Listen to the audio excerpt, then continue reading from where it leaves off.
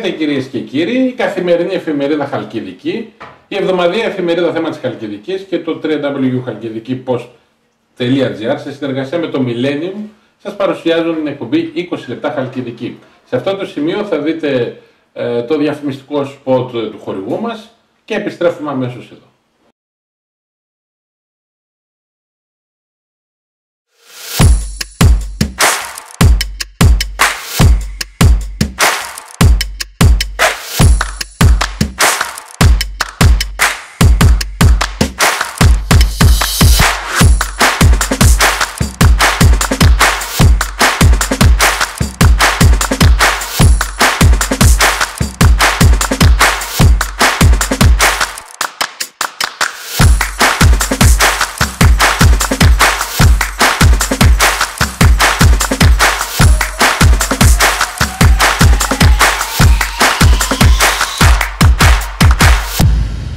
Επιστρέψαμε λοιπόν εδώ στο στούντιο, στα Νέα Μουδανιά, 20 λεπτά Χαλκιδική και στη σημερινή εκπομπή έχουμε τη χαρά και τη τιμή να φιλοξενούμε εδώ στα στούντιό μας μία γυναίκα. Μία γυναίκα η οποία αποφάσισε να εκτεθεί στο δεύτερο βαθμό αυτοδιοίκησης. Είναι η κυρία Πελαγία Ιορδανίδου, Δημοτική Σύμβουλος εν ενεργεία του Δήμου Νέας Προποντίδας και υποψήφια Περιφερειακή Σύμβουλος με τον συνδυασμό αλληλεγγύη του Απόστολου Τζιτζικώστα στην Περιφερειακή Ενότητα Χαλκιδικής. Κυρία Ιορδανίδου, ευχαριστώ πάρα πολύ για την αποδοχή της πρόσκλησης. Καλησπέρα κύριε Δημητριάδη, σας ευχαριστώ και εγώ που με καλέσατε. Είναι μεγάλη μου τιμή που θα κάνουμε αυτή τη συνομιλία και την ωραία συνέντευξη. Είστε άνθρωπος της αυτοδιοίκησης, έχετε εκλεγεί, είστε αυτή τη στιγμή Δημοτική Σύμβουλος του Δήμου Νέας Προποντίδας. Στην προηγούμενη Δημοτική θητεία ήσασταν εκ νέου Δημοτική Σύμβουλος και Πρόεδρος του Δημοτικού Συμβουλίου του Δήμου Νέας Προποντίδας και βέβαια όλοι γνωρίζουμε τον πατέρα σας, ο οποίος δεν βρίσκεται πλέον στη ζωή και ο οποίος ήταν ο ιστορικός δήμαρχος της περιοχής αρχικά των Νέων Μουδανιών και στη συνέχεια του Δήμου Νέας Προποντίδας, ο πρώτος δήμαρχος μάλιστα του Καλλικρατικού Δήμου. Οι εμπειρίες σας στην αυτοδιοίκηση ποιες είναι? Οι εμπειρίες μου από την αυτοδιοίκηση, καταρχήν είναι ένα πάρα πολύ ωραίο ταξίδι η αυτοδιοίκηση, ένα συναρπαστικό ταξίδι. Γι' αυτό λένε ότι όποιος ασχοληθεί με την αυτοδιοίκηση είναι πάρα πολύ δύσκολο να την εγκαταλείψει. Εγώ πράγματι με την αυτοδιοίκηση ξεκίνησε η ενασχόλησή μου άτυπα, καταρχήν μέσα στο σπίτι στην οικογένειά μας. Μέσω του πατέρα μας, του Δαμιανού του Ιορδανίδη, είχαμε στο καθημερινό τραπέζι, στην ημερήσια διάταξη και τα προβλήματα του Δήμου, γιατί αποτελούσαν προβλήματα και της δικής μας οικογένειας. Και μέσα από το ταξίδι του πατέρα μας στην αυτοδιοίκηση, είχαμε τη δυνατότητα να γνωρίσουμε και τους πολίτες του τόπου μας, τους Δήμου μας, αλλά και να έρθουμε σε επαφή με τα διάφορα προβλήματα και να έχουμε και εμείς και αυτή την αίσθηση και το κίνητρο της προσφοράς. Στη συνέχεια, με τίμησαν οι συμπολίτες μου και τους ευχαριστώ πάρα πολύ και με εξέλιξαν Δημοτική Σύμβουλο στο Δήμο επί 2 τετραετίες. Οπότε είδα τα θέματα από μια άλλη θέση πια, από τη θέση της εν ενεργεία Δημοτικής Συμβούλου και μπόρεσα να εντοπίσω και τα ζητήματα που αντιμετωπίζουν καθημερινά οι δημότες μας και ο Δήμος εν γέννη και κατά δυνατόν προσπάθησα και εγώ με την προσωπική μου προσφορά και το προσωπικό μου έργο να συμβάλλω στην βελτίωση της καθημερινότητας και στην αντιμετώπιση των ζητημάτων τα οποία προκύπτουν ευτυχώς ή δυστυχώς καθημερινά και δεν τελειώνουν. Θα ήθελα να μου πείτε τους κύριους παράγοντες που σας όθησαν και σας οδήγησαν να κατέλθετε υποψήφια Περιφερειακή Σύμβουλος. Φεύγετε λοιπόν από τα εισαγωγικά στενά όρια ενός Δήμου, έστω και μεγάλο όπως είναι ο Δήμος Νέας Προποντίδας, και ανοίγεστε στην Περιφερειακή Ενότητα Χαλκιδικής των 5 Δήμων με το ψηφοδέλτιο του Απόστολου Τζιτζικώστα. Να πούμε βέβαια σε αυτό το σημείο ότι όσοι επιλέξουν να ψηφίσουν, να εκφράσουν την στήριξή τους στο ψηφοδέλτιο του Απόστολου Τζιτζικώστα μπορούν να το κάνουν μέχρι και με 2 σταυρούς στους υποψηφίους. Πολύ σωστά και καλά κάνετε και το επισημαίνετε κύριε Δημητριάδη, γιατί καμιά φορά ο κόσμος αναρωτιέται πώς ψηφίζουμε στην περιφέρεια. Πολύ σωστά. Κοιτάξτε, όντας ήδη στο τέλος της δεύτερης θητείας μου ως Δημοτική Συμβούλου και έχοντας πλέον ήδη 2 γεμάτες θητείες, έλαβα και εγώ την πρόσκληση, την τιμητική πρόσκληση του Απόστολου του Τζιτζικώστα να συμμετάσχω στο ψηφοδέλτιο αυτό. Και θεώρησα, βέβαια πρόκειται για ένα πάρα πολύ μεγάλο γεωγραφικό βήμα, το βήμα της Χαλκιδικής, της περιφέρειας Κεντρικής Μακεδονίας και το δεύτερο βαθμό τοπικής αυτοδιοίκησης. Σε αυτή τη δεύτερη δημοτική θητεία και εν μέρει και στην πρώτη, υπήρξε και μια δραστική αλλαγή στη δική μου την προσωπική ζωή και την προσωπική κατάσταση. Οπότε πλέον κατέστηνα άτομο με αναπηρία και εγώ ίδια, λόγω σκλήνησης κατά πλάκας, και πλέον ζω και βρίσκομαι σε αναπηρικό αμαξίδιο. Και η αλλαγή αυτή στη ζωή μου με ενέπνευσε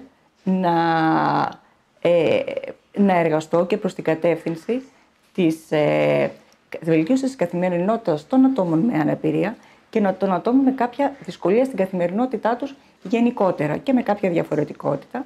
Και θεώρησα και θεωρώ ότι μέσα από το ευρύτερο βήμα της περιφέρειας μπορώ πλέον το μήνυμα να το μεταφέρω και σε επίπεδο Χαλκιδικής και σε επίπεδο Κεντρικής Μακεδονίας.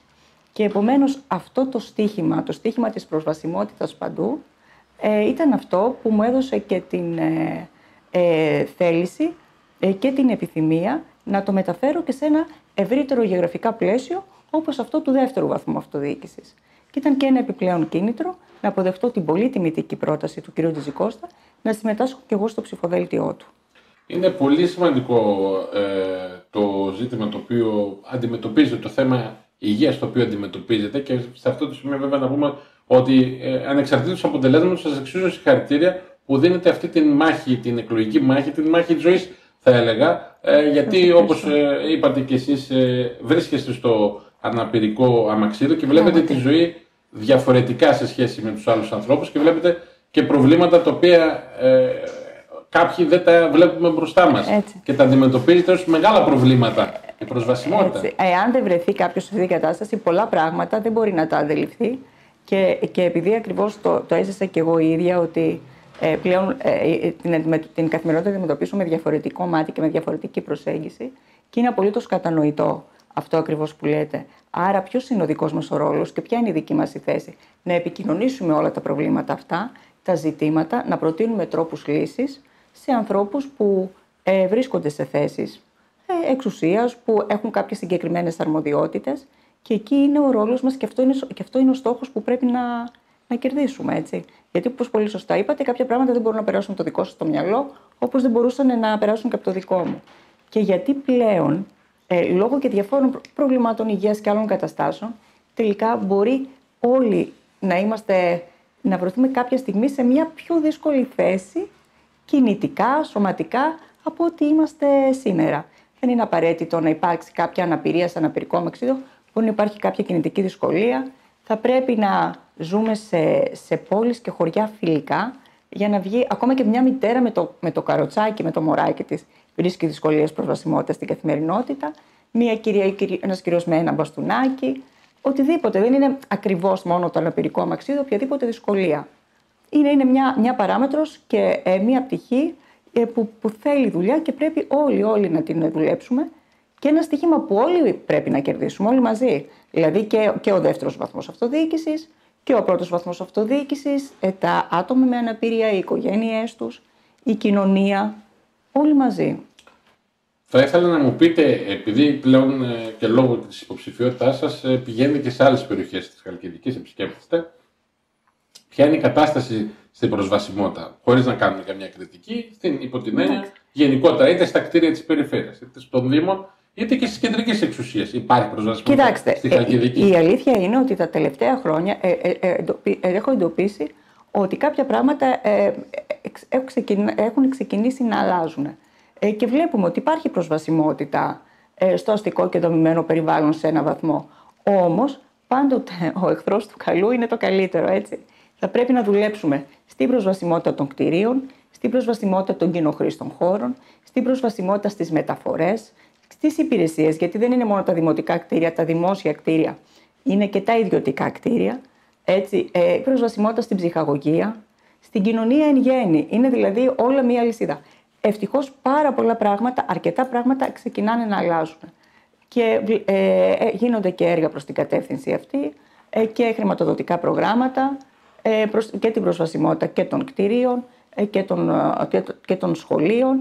Αλλά θέλει δουλειά. Γιατί τα άτομα με αναπηρία θέλουν να κάνουν τα πάντα, όχι μόνο τα απολύτως απαραίτητα. Δηλαδή, εντάξει, Μπορείτε να μπείτε κάπου, αλλά δεν χρειάζεται να μπείτε και παντού. Όχι, θέλουμε να μπούμε και παντού. Με την ίδια ευκολία που θέλουμε να μπούμε σε ένα κτίριο, σε μια δημόσια υπηρεσία, με την ίδια ευκολία μπορεί να θέλουμε να μπούμε σε ένα κέντρο διασκέδασης ή σε ένα Ινστιτούτο, ξέρω εγώ, παροχής υπηρεσιών ομορφιάς ή σε ένα κομμωτήριο ή σε ένα ιατρείο ή παντού. Παντού. Πρέπει δηλαδή να αλλάξει η νοοτροπία μας ότι παντού πρέπει να υπάρχει προσβασιμότητα. Και αντίστοιχα, θα πρέπει να υπάρχει προσβασιμότητα και όχι για τα άτομα μόνο με αναπηρία, για όλες τις κοινωνικές ομάδες, έτσι. Για τις μητέρες, προσβασιμότητα σε όλα τα παιδάκια προσχολικής ηλικίας. Για τους ανέργους, προσβασιμότητα στην αγορά εργασίας. Για τους επιχειρηματίες, προσβασιμότητα σε νέα επιχειρηματικά προγράμματα. Για τους αγρότες, τους εμπόρους, τους παραγωγούς.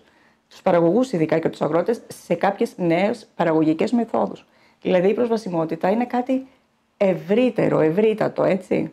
Και θα πρέπει να υπάρχει παντού, ίσες ευκαιρίες για όλους. Αυτό. Τώρα, αναφορικά με την υποψηφιότητά σας, τι μπορούμε να περιμένουμε από εσάς σε ένα γενικότερο πλαίσιο στο θέμα αν εκλεγείτε και την επόμενη μέρα στην περιφέρεια με τον Απόστολο Τζιτζικόσταμα, τονίζοντας βέβαια ότι υπάρχουν έχουν γίνει βήματα προς τη σωστή κατεύθυνση, αλλά υπάρχουν και πολλά που δεν έχουν γίνει στη Χαλκιδική και βέβαια εδώ υπάρχει και μια κριτική με την καλή έννοια του όρου ότι η αδιφάγος σε εισαγωγικά Θεσσαλονίκη παίρνει τη μερίδα του λέοντος από τα κονδύλια των υπολείπων περιφερειακών ενωτήτων και η Χαλκιδική, ίσως και κάποιες άλλες περιοχές της Κεντρικής Μακεδονίας, είναι πιο αδικημένες από τον προηγούμενο βαθμό που ήταν οι νομαρχίες. Θα ήθελα λίγο την προσέγγισή σας και την άποψη. Η ισόρροπη αυτή και η ομόρροπη ανάπτυξη είναι ένα στίχημα πάλι, θα πω, που θα προσπαθήσουμε να πετύχουμε όλοι μας.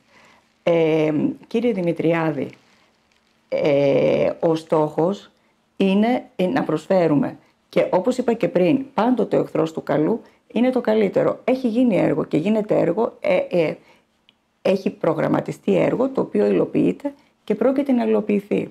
Και όλοι θα δουλέψουμε προς την κατεύθυνση αυτή. Σε ό,τι αφορά προσωπικά εμένα, εγώ θα ήθελα, επειδή έχω δώσει και άλλες συνεντεύξεις, αλλά δεν έχει τύχει να αναφερθούμε σε αυτό το προσωπικό κομμάτι. Επειδή είμαι δικηγόρος, έχω θητεύσει 2 φορές ως πρόεδρος Δημοτικού Συμβουλίου και βασικό μου στίχημα και σκοπός και μήνυμα είναι η προσβασιμότητα. Όμως, ήθελα να αναφέρω στους φίλους μας που μας παρακολουθούν ότι θα εργαστώ για όλα τα επίπεδα και για όλα τα προβλήματα του τόπου. Δηλαδή, δεν είναι ο σκοπός μου να περιοριστώ μόνο στα ζητήματα της κοινωνικής πολιτικής, που σίγουρα μας απασχολούν πάρα πολύ και χρειάζεται πάρα πολύ δουλειά. Μπορώ να εργαστώ και να προσφέρω σε όλους τους τομείς. Και θα ήθελα να πω ότι καμιά φορά μπορεί φίλοι και γνωστοί, οι οποίοι πραγματικά θέλουν να με στηρίξουν και να με ψηφίσουν σε αυτές τις εκλογές, μπορεί να αναρωτιούνται εάν μπορεί η Πελαγία. Μπορεί η Πελαγία να κάνει όλα αυτά τα οποία θα απαιτηθούν από το ρόλο της Περιφερειακής Συμβούλου ή κάτι άλλο. Και αυτό θα ήθελα να πω εγώ και να απευθυνθώ στους συμπολίτες μας, στους χαλκιδικιώτες, ότι δεν μπορώ να τρέξω, δεν μπορώ να περπατήσω, ούτε βουνό μπορώ να ανεβώ. Όμως μπορώ να δουλέψω, μπορώ να προσφέρω, το μυαλό μου είναι σε άριστη κατάσταση, δόξα τω Θεώ. Εάν κάπου δεν μπορώ να παραστώ αυτοπροσώπως, η τεχνολογία αυτή τη στιγμή μας δίνει άπειρες δυνατότητες μέσω τηλεδιασκέψεων να μπορούμε να βρισκόμαστε παντού και θα ήθελα να τους διαβεβαιώσω ότι μπορώ να προσφέρω και μπορώ να δουλέψω για τη Χαλκιδική και για τους ίδιους προσωπικά. Εμένα με ενδιαφέρει η Χαλκιδική και με ενδιαφέρουν οι άνθρωποι, οι πολίτες. Θέλω την προσωπική επαφή και θέλω να αισθάνονται ότι θα έχουν τον άνθρωπό τους στην περιφέρεια. Και θα ήθελα να τους διαβεβαιώσω ότι θα εργαστώ με όλες μου τις δυνάμεις γι' αυτό και θα μπορέσω να το κάνω. Έχω όλη τη διάθεση, έχω την τεράστια ψυχολογική δύναμη που μέσα από αυτή την προεκλογική περίοδο η ίδια η αγάπη και η στήριξη του κόσμου μου τη δίνει να προχωρήσω μπροστά.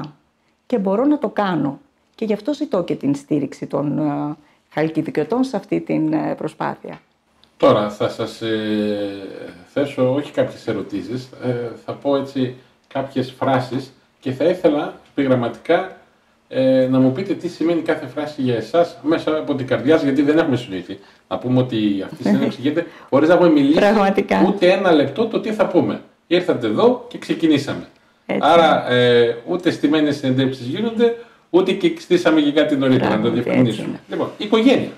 Οικογένεια. Έχω τη χαρά να έχω μεγαλώσει σε μια πάρα πολύ δεμένη οικογένεια. Και από τον πατέρα μας, από τους γονείς μας πήραμε τεράστια αγάπη και φυσικά είμαστε πάρα πολύ δεμένοι με τα αδέρφια μου.